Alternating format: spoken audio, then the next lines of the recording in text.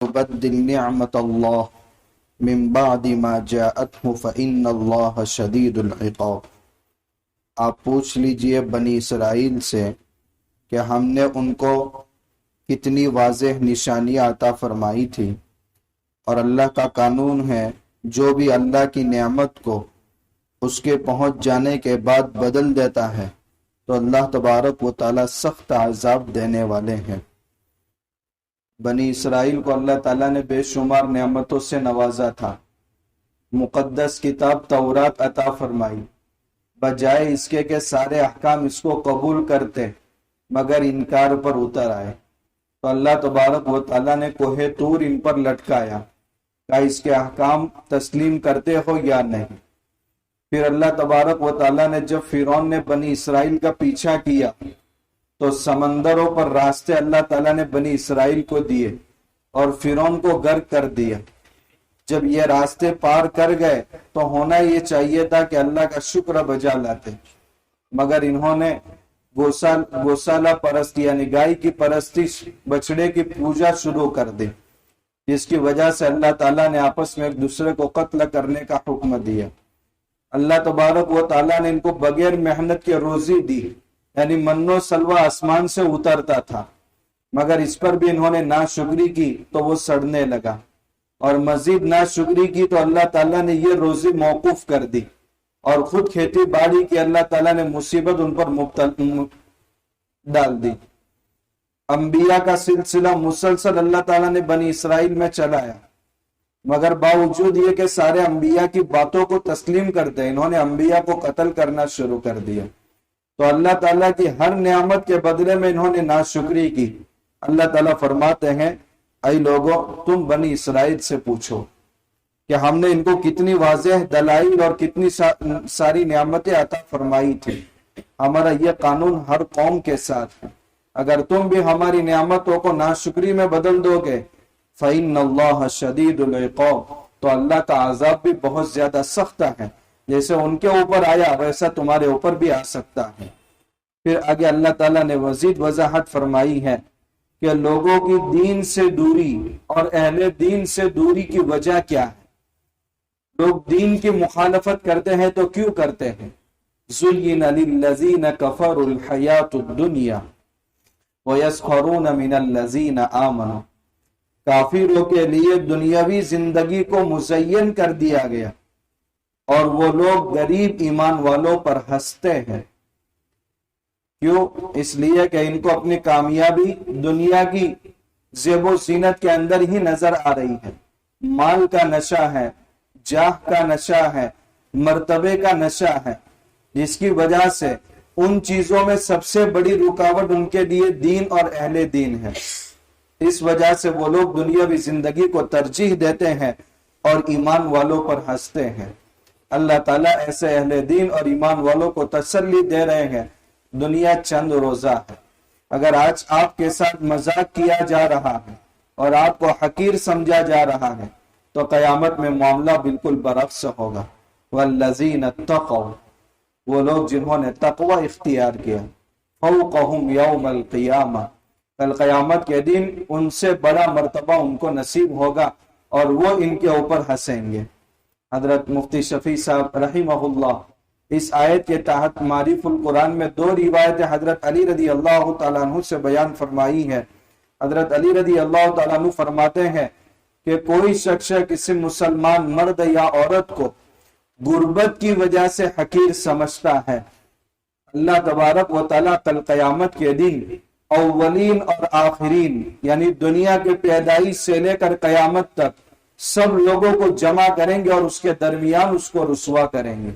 جو کسی مسلمان مرد یا عورت کو اس کی غربت، فقر و فاقے کی وجہ سے حقیر سمجھتا ہے، آج سامنے مالدار ہے تو رویہ بدل جاتا ہے، غریب ہے تو رویہ بدل جاتا ہے۔ حضرت علی تعالیٰ عنہ فرماتے ہیں، روایت ہے حضرت علی رضی اللہ تعالیٰ عنہ فرماتے ہیں، اگر کسی مرد یا عورت کے اندر کوئی ایسا عیب جو اس کے اندر نہیں ہے اور اس کو کوئی اس کی طرف منسوب کرتا ہے، کل قیامت کے دن اللہ تعالیٰ اس کو آگ کے ٹیلے پر بٹھائیں گے، سب کے سامنے آگ کے اونچے ٹیلے پر بٹھائیں گے اور وہ اپنی ذات کو جھٹلائے گا کہ میں نے اس کی طرف منسوب کی تھی یہ بات، یہ بالکل غلط تھی۔ اس لیے حضرت شیخ الاسلام مفتی تقی عثمانی صاحب فرماتے ہیں کسی کے متعلق اپنی زبان سے صرف اتنی ہی بات نکالو جتنی بات اللہ کی عدالت میں تم کو ثابت کرنے کی ہمت ہو۔ واللہ یرزق من یشاء بغیر حساب۔ باقی ان کو دنیاوی زندگی ملی ہے، مال و دولت ملا ہے، تو یہ اللہ کے نزدیک مقبولیت کی علامت نہیں ہے۔ اللہ تبارک و تعالیٰ کی عادت ہے فرما برداروں کو نہیں، نافرمانوں کو بھی اللہ تعالیٰ بے حساب رزق دیتا ہے۔ واللہ یرزق من یشاء بغیر حساب۔ اللہ تو بے حساب جس کو چاہتا ہے رزق دیتا ہے، تو دنیا میں رزق کثرت سے مل رہا ہے تو یہ مقبولیت کی علامت نہیں ہے۔ پھر آگے فرماتا ہے اللہ تعالیٰ کہ اختلاف امت کے اندر کہاں سے شروع ہوا؟ کان الناس امتا واحدہ، امت ایک ہی دین پر تھی۔ اس دنیا کے سب سے پہلے انسان، سب سے پہلے نبی ہے حضرت آدم علیہ السلام۔ ان کے زمانے تک کوئی اختلاف نہیں تھا۔ حضرت نوح علیہ السلام کے زمانے سے بت پرستی شروع ہوئی، پھر اللہ کے نافرمان بندے بھی وہاں سے وجود میں آئے، تو اللہ تبارک و تعالیٰ نے انبیاء کا سلسلہ چلایا۔ پھر بنی اسرائیل جن میں خاص طور پر یہود، انہوں نے دین میں اختلاف شروع کیا تو 71 فرقے ان کے اندر پیدا ہو گئے۔ عیسائی نصارہ جن کو کہا جاتا ہے، انہوں نے دین میں مخالفت شروع کی تو 72 فرقے ان کے اندر پیدا ہو گئے۔ اور اللہ کے نبی صلی اللہ علیہ وسلم نے فرمایا میری امت ان سے ایک قدم اور آگے جائے گی، اور اس امت کے اندر 73 فرقے پیدا ہوں گے۔ لیکن ان لوگوں کے اندر اور اس امت کے اندر فرق یہ ہے کہ وہ سارے کے سارے 71 فرقے ہو یا 72 فرقے ہو، آپس میں دین کے معاملے میں اختلاف کی وجہ سے مذہب کا نام تک باقی نہیں رہا تھا، ان میں سب کے سب گمراہ ہو گئے تھے۔ لیکن اس مذہب کی خصوصیت ہے کہ اس میں دینی معاملات میں اختلاف ہوگا، لیکن ایک جماعت قیامت تک دین حق پر رہے گی۔ ما انا علیہ و اصحابی، میں جس طریقے پر ہوں اور میرے صحابہ جس طریقے پر ہیں، قیامت تک آنے والے افراد اگر اسی طریقے پر ہوں گے تو وہ ایسا فرقہ ہے جو ناجی ہے، یعنی جنت کے اندر جانے والا ہے۔ پھر جب حضرت نوح علیہ السلام کے زمانے میں اختلاف شروع ہوا تو اللہ تعالیٰ نے پھر انبیاء کا سلسلہ مسلسل شروع کیا، مبشرین و منذرین، جو نیک کام کرنے والوں کو، جن کے عقائد، معاملات، معاشرت، اخلاق سب درست تھا، مبشرین، ان کو جنت کی بشارت دیتے تھے، اور جو ان معاملات میں کوتاہی کرتا تھا، منذرین، ان کو جہنم کے عذاب سے ڈراتے تھے۔ وَأَنزَلَ مَعَهُمُ الْكِتَابِ، پھر اللہ تعالیٰ نے سچی کتابیں اتاری تاکہ وہ دین کے بارے میں جن مسائل میں اختلاف کر رہے ہیں وہ اللہ کی کتاب یا اللہ کا بھیجا ہوا نبی یا اللہ تبارک و تعالیٰ اس کتاب کے ذریعے آپس میں فیصلہ کر دے گے۔ دنیا میں علمی فیصلہ ہوتا ہے کہ حق پر کون ہے، یہ قرآن و سنت سے دلائل پیش کر کے فیصلہ کیا جائے گا، لیکن عملی فیصلہ قیامت کے دن ہوگا۔ جن کو اللہ تعالیٰ جہنم کے حوالے کریں گے وہ گمراہ ہیں، اور جن کو اللہ تعالیٰ جنت کے مستحق بنائیں گے وہ کامیاب ہیں۔ وَمَا اخْتَلَفَ فِيهِ إِلَّا الَّذِينَ أُوتُوهُ مِن بَعْدِ مَا جَاءَتْهُمُ الْبَيِّنَاتُ، اللہ تعالیٰ فرماتے ہیں کہ جن لوگوں کو اس سے پہلے کتاب دی گئی تھی، کتاب ملنے کے بعد بھی انہوں نے آپس میں ایک دوسرے سے دین کے معاملات میں اختلاف کیا، بغیم بینہم، بس آپس کے حسد کی وجہ سے۔ فَهَدَى اللَّهُ الَّذِينَ آمَنُوا لِمَا اخْتَلَفُوا فِيهِ مِنَ الْحَقِّ بِإِذْنِهِ، لیکن اللہ تبارک و تعالیٰ نے ایمان والوں کو اپنے حکم سے صراط مستقیم کی ہدایت نصیب فرمائی۔ وَاللَّهُ يَهْدِي مَن يَشَاءُ إِلَى صِرَاطٍ مُسْتَقِيمٍ، اور اللہ تعالیٰ جس کو چاہتا ہے صراط مستقیم کی ہدایت نصیب فرماتا ہے۔ ہدایت اللہ کے ہاتھ میں ہے، اللہ چاہے تو دشمن کے گھر میں کسی ایمان والے کو پیدا کر دے۔ آزر مسلمان نہیں ہے لیکن بیٹا ابراہیم خلیل اللہ ہے۔ فرعون مسلمان نہیں ہے لیکن بیوی حضرت آسیہ رضی اللہ تعالی عنہا پکی سچی مومنہ ہے۔ اللہ کے نبی صلی اللہ علیہ وسلم جن کو اللہ تبارک و تعالیٰ نے ہدایت کا ایک ذریعہ بنا کر کے دنیا کے اندر بھیجا گیا، مگر چچا ہدایت سے محروم ہے۔ واللہ یہدی من یشاء الی صراط مستقیم، اس لیے اللہ کی ہدایت کا ہر کوئی محتاج ہے۔ اللہ چاہے تو قریب سے قریب لوگوں کو بھی ہدایت سے محروم کر دے، اور سچی طلب والوں کو، دور سے دور رہنے والے کو بھی اللہ تعالیٰ ہدایت نصیب فرما سکتا ہے۔ پھر آگے کی آیت جو حالات سے بہت زیادہ متاثر ہوئے پہلی امتوں میں بھی اور اللہ کے نبی صلی اللہ علیہ وسلم کے دور میں بھی، کہ جن کی بشری تقاضے کی وجہ سے زبان سے یہ الفاظ نکل گئے، متی نصر اللہ، یا رسول اللہ اللہ کی مدد کب آئے گی؟ اب تو حالات نے اتنا پریشان کر رکھا ہے۔ حضرت خباب ابن الارت رضی اللہ تعالیٰ عنہ، اللہ کے نبی صلی اللہ علیہ وسلم کعبۃ اللہ سے ٹیک لگائے بیٹھے تھے۔ حضرت خباب رضی اللہ تعالیٰ عنہ انتہائی پریشان ہو کر کے کفار کی سزائے مسلسل برداشت کرتے ہوئے آپ کے پاس آئے اور کہا یا رسول اللہ بس اب اللہ کی مدد کب آئے گی؟ آپ دعا کر لیجئے، حالات نے اتنا پریشان کر رکھا ہے، متی نصر اللہ۔ اللہ کے نبی صلی اللہ علیہ وسلم بالکل سیدھے بیٹھ گئے اور آپ کے رخسار مبارک انتہائی سرخ ہو گئے، گویا کہ آپ کے رخسار پر انار کے دانے نچوڑ دیے گئے ہیں۔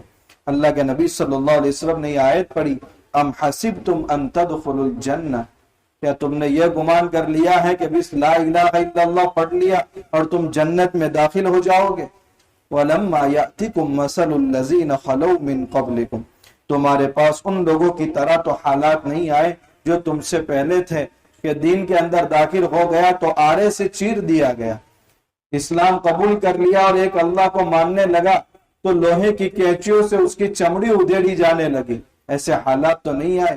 مَسَّتْهُمُ الْبَأْسَاءُ وَالضَّرَّاءُ، جن کو جسمانی تکلیف بھی دی گئی، جن کو مالی پریشانیوں سے بھی گزارا گیا، وَزُلْزِلُوا، اور ان کو جھنجھوڑ کر رکھ دیا گیا، حَتَّى يَقُولَ الرَّسُولُ، یہاں تک کہ وقت کے نبی اور ایمان والے بول اٹھے، متی نصر اللہ، اللہ کی مدد کب آئے گی؟ معلوم ہوا جب حالات یہاں تک پریشان کر دے کہ مسلمانوں کی زبان سے یہ نکلنے لگے متی نصر اللہ، یہ سارے حالات کب ختم ہوں گے؟ وَأُفَوِّضُ أَمْرِي إِلَى اللَّهِ، میں اپنا معاملہ اللہ کے حوالے کرتا۔ اب سمجھو، أَلَا إِنَّ نَصْرَ اللَّهِ قَرِيبٌ، سنو اللہ کی مدد بہت قریب ہے، ان قریب اللہ کی مدد آئے گی۔ تم کو حالات نے اتنا متوجہ کر دیا کہ زبانوں سے یہ الفاظ نکل گئے، کب تک ہم کو اتنا پریشان کیا جائے گا؟ اب تسلی کا سامان آپ کو قرآن ہی فراہم کر رہا ہے، الا ان نصر اللہ قریب، بس اللہ کی مدد دور نہیں ہے، بہت قریب ہے، تھوڑا صبر کیجئے۔ وَإِن تَصْبِرُوا وَتَتَّقُوا، اگر تم صبر کرو گے اور تقوی اختیار کرو گے، اللہ باطل کی اور حق کے راستے میں کانٹے بچھانے والوں کی ساری اسکیمیں فیل کر کے رکھ دے گا۔ اس لیے اذا جاء نصر اللہ والفتح، اور اس کے بعد ہے تبت یدا ابی لہب، یہ اللہ کے نبی صلی اللہ علیہ وسلم حق کا اعلان کر رہے ہیں اور وہاں ابو لہب آپ کی مخالفت کر رہا ہے۔ یا اذا جاء نصر اللہ، جب اللہ کی مدد آئے گی تو سامنے دشمن کتنا ہی قوی الجثہ ہو، اس کے بھی دونوں ہاتھ ہلاک ہو جائیں گے۔ جب اللہ کی مدد آتی ہے تو دشمن کے ٹینک میں بھی کیڑے پڑ جاتے ہیں، ان کی میزائل کہیں اور پھینکی جاتی ہیں اور لگتی کہیں اور ہے۔